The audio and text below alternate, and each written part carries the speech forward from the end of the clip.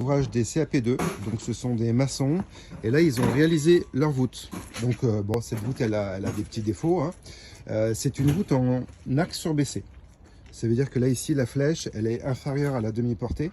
Alors ce qui se passe c'est que tu vois toute la masse de la voûte, elle se répercute ici au niveau de la naissance. Et c'est ce pilier qui va tout encaisser. Et derrière ce pilier, eh ben, il y a du vide. Donc dans une construction normale, normalement, là, il y a un mur toi, qui continue. Là, ici, dans ce cas-là, il n'y en a pas. Donc là, ce qui va se passer, c'est que si on décoffre, eh ben, il y a de fortes chances que toute cette masse va emporter la naissance et donc du coup, ça va s'effondrer.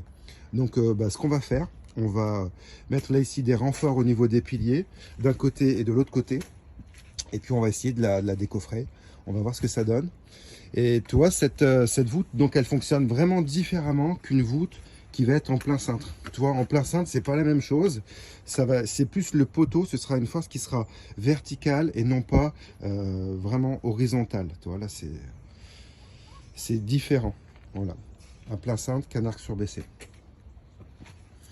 Donc on va étamper tout ça, on va caler tout ça et on va pouvoir ensuite décoffrer et par la suite on fera les enduits, les finitions de cet ouvrage. Voilà. Allez, la suite dans une prochaine vidéo.